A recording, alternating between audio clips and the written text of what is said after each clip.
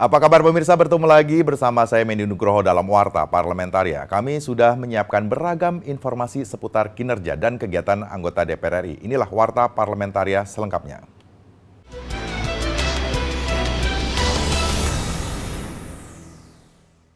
Pimpinan DPR RI mendorong adanya langkah vaksin gotong royong atau mandiri. DPR menilai dengan kombinasi antara vaksin yang gratis dan mandiri tentunya mempercepat vaksinasi dalam upaya mencegah penyebaran COVID-19 di Indonesia. Wakil Ketua DPR RI Sufmi Dasko Ahmad yang ditemui di Gedung Nusantara 3 Senayan Jakarta baru-baru ini mengatakan memang harus dikombinasikan antara vaksinasi yang gratis dan juga yang berbayar, sehingga vaksinasi di Indonesia dapat berjalan dengan cepat dan merata.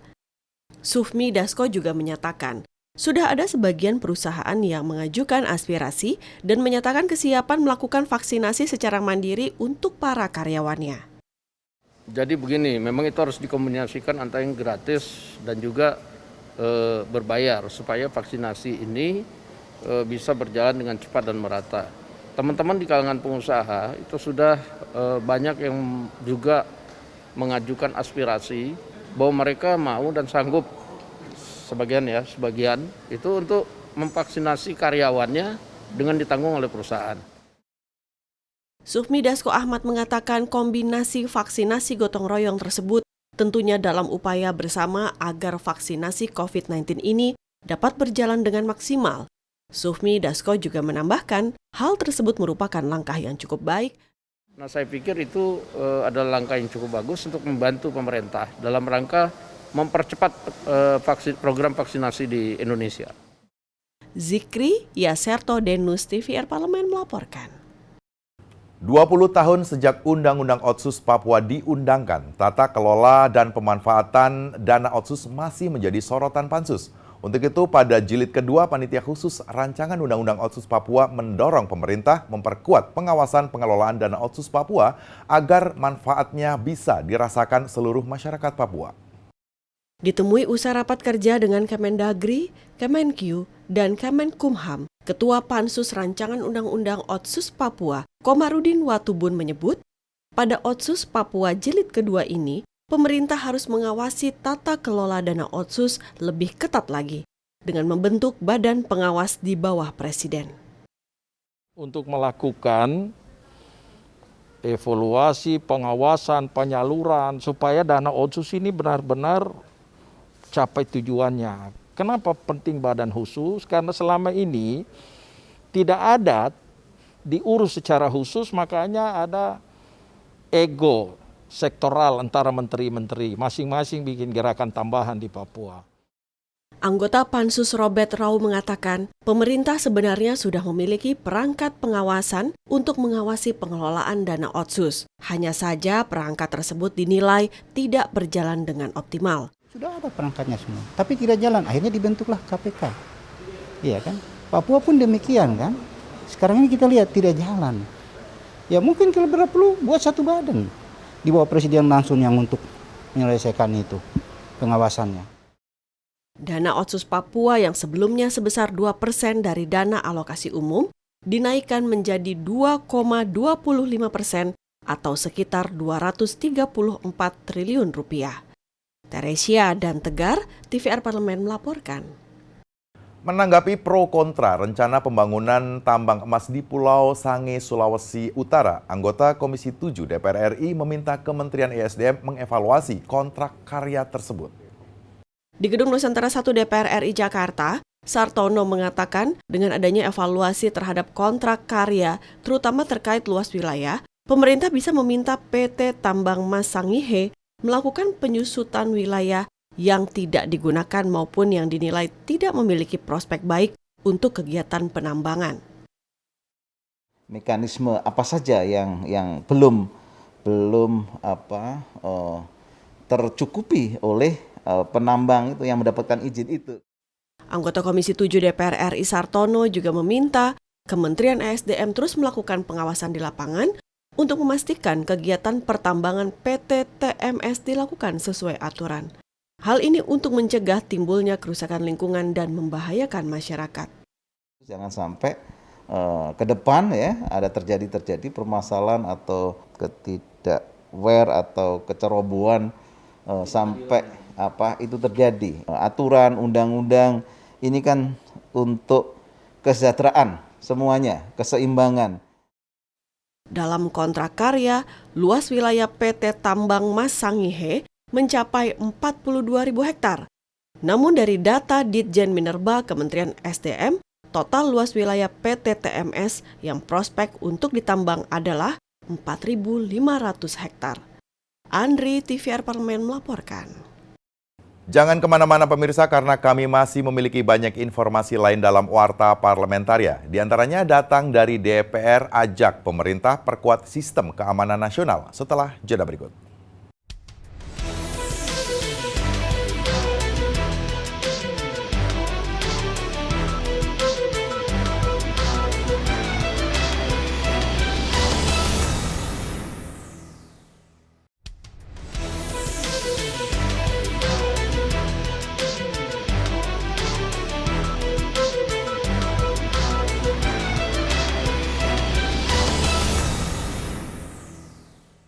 Anggota Komisi 11 DPR RI Kamrus Samad mengajak pemerintah memperkuat sistem keamanan nasional agar disegani negara lain di dunia. Ditemui usai menggelar rapat dengan Menteri PPN Kepala Bappenas Suharso Monoarfa di Nusantara 1 Gedung DPR RI Senayan Jakarta baru-baru ini, Kamrus Samad mengatakan seluruh elemen bangsa perlu menyamakan persepsi terkait perlunya dilakukan upaya modernisasi alat pertahanan nasional untuk menjaga kedaulatan negara dari luar. Karena itu, kalau Indonesia ingin menjadi bangsa yang disegani oleh bangsa-bangsa lain, dia harus memiliki kekuatan pertahanan dan keamanan yang canggih, modern, dan memiliki kemampuan untuk bisa mempertahankan diri, mempertahankan wilayah, dan melindungi segenap rakyat Indonesia. Terkait sumber pembiayaan alat pertahanan nasional, menurut Kamrus Samad, ada beberapa opsi yang bisa dilakukan pemerintah, tidak hanya melalui hutang luar negeri seperti kredit ekspor. Namun yang terpenting, pemerintah merencanakan skema pembiayaan, karena hampir seluruh negara melakukan hal tersebut untuk memperkuat alutsista mereka. Mengenai skema pembiayaannya, saya kira ada banyak skema pembiayaan yang bisa dikembangkan. Bisa pinjaman luar negeri atau kredit ekspor, atau bisa dengan menganut pada undang-undang industri pertahanan yang telah ditetapkan di masa pemerintahan SBY. Habibie dan Aang, TVR Parlemen melaporkan. Anggota Komisi 4 DPR RI memberikan dukungan agar Kementerian Kelautan dan Perikanan memperkuat kualitas sumber daya manusia yang sebanding dengan luasnya perairan Indonesia. Di Gedung Nusantara DPR RI Jakarta, Abdul Khalid mengapresiasi penindakan yang selama ini dilakukan KKP terhadap para penangkap ikan ilegal. KKP juga perlu melibatkan para nelayan dalam upaya pengamanan laut Indonesia dengan memperbaharui kapal para nelayan atau memberikan fasilitas alat komunikasi yang memadai.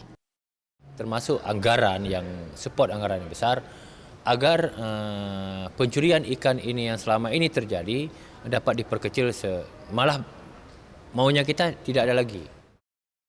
Sementara anggota Komisi 4 DPR RI Slamet menyayangkan masih maraknya aksi pencurian ikan di perairan Indonesia yang bukan hanya merugikan secara material, melainkan juga berpotensi melemahkan kedaulatan negara.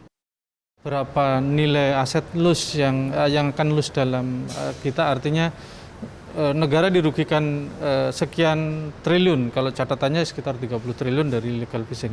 Cuma masalahnya bukan sekedar antara rugi dan tetapi bagaimana kemudian kedaulatan kita yang kemudian dimasuki orang yang memang tidak. Nah ini yang paling penting di situ. Komisi 4 DPR RI mendorong peningkatan anggaran KKP khususnya di sektor pemberantasan illegal fishing serta peningkatan koordinasi dengan aparat penegak hukum. Nur Fuad dan Samsul, TVR Parlemen melaporkan. Komisi 6 DPR RI mendorong Pelindo II bersinergi dengan pemerintah daerah untuk meringankan biaya logistik dan menyeimbangkan barang yang keluar masuk pelabuhan sehingga bisa mengakomodasi produk UMKM. Saat kunjungan kerja spesifik ke Pelabuhan Panjang Lampung, Wakil Ketua Komisi 6 DPR RI Muhammad Hekal menilai kegiatan bongkar muat di Pelabuhan Panjang masih dikuasai komoditas barang dari perusahaan-perusahaan besar. Dengan penurunan biaya logistik, maka produk UMKM setempat bisa terdistribusi ke daerah lain. Kegiatan ekonomi masyarakatnya, UKM-nya ini yang perlu kita bangkitkan. Karena untuk membuat biaya logistik Indonesia itu murah, satu ada sinergitas untuk distribusi, dan yang kedua adalah keseimbangan daripada keluar masuknya barang. Anggota Komisi 6 DPR RI Subardi menambahkan, Pelabuhan Panjang Lampung memiliki potensi besar sebagai penghasil komponen yang bisa diekspor. Pelindo II diminta mempersiapkan Pelabuhan Panjang melalui peningkatan infrastruktur untuk mendorong peningkatan pertumbuhan ekonomi. Sumatera bagian selatan ini adalah pusatnya produksi ekspor. Sehingga akan ada sebuah peningkatan ekonomi rakyat. PT Pelindo Cabang Panjang Bandar Lampung menyampaikan, selama pandemi COVID-19, aktivitas bongkar muat di pelabuhan hanya turun sekitar 10%, yang didominasi kegiatan ekspor. Dari Lampung, Ferdian Nurrahman, TVR Parlemen melaporkan. Pemirsa, kami masih memiliki banyak informasi lain dalam Warta Parlamentaria. Tetaplah bersama kami.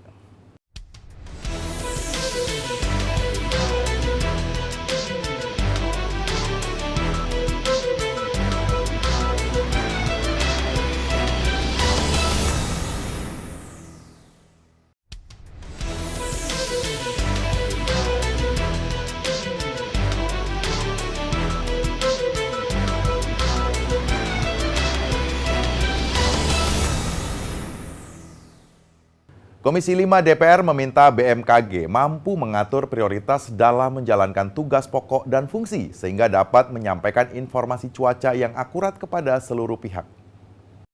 Dalam kunjungan kerja spesifik ke Bogor, Jawa Barat, anggota Komisi 5 DPR RI, Johnny Allen mengakui alokasi anggaran BMKG belum maksimal.